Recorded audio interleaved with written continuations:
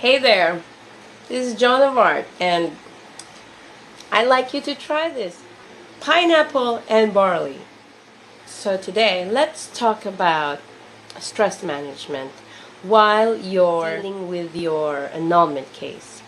I remember one friend who told me it's really, really important to be healthy. She's a judge, and she probably have seen so many people feeling the toll on their body. You need all the power, all the energy that you have in your body to go through the case. I've watched a lot of videos on how to deal with stress, and one advice that I got is actually not to talk about it. Do not give it a chance to take center stage. Instead, let's talk about wellness, and that's how we must focus on to be well, to talk about power juices, healthy shakes, good food. That's why I focused my attention to painting. So I've been painting at first to relax me. It's a de-stress activity for me, and also it has always been my first love. You were raised to study towards a profession. In my case, I studied law, but unfortunately I did not become a lawyer, and it's probably my destiny to be an artist. So cheers to that.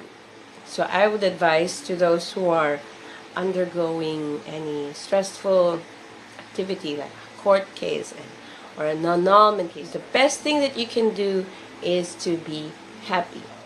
Of course, you're not happy during those times, but try to divert your attention to things that make you happy. So in my case, I painted, I delved into art, and I became active, and over the years, art has really paid off. I have a lot to thank art for. It's been a companion, it's been my comfort, art has been my joy, art has been a source of income.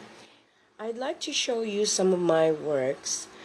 Lately, I've been working on a lot of murals, and you can see them around the city and also in establishments and private homes. For the murals, I work with a team, sometimes a group of 5, we call ourselves Fab 5, and also a bigger group, which is our Association of Negros Artists. And of course, I do traditional paintings. My preferred media would be acrylic on canvas, and I introduce my own signature style, and also oil. With oil, I use palette knives for texture and to give it a different feel and look.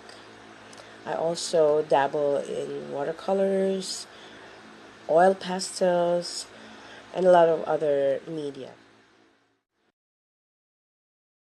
There! I hope you enjoyed some of the artworks that I have shown, and as we go along, we'll show you more. And I also accept commissions. So anyway, this is Joan of Art saying there is life and love after. This is Joan of Art saying there is life and love after a lifeless and loveless relationship.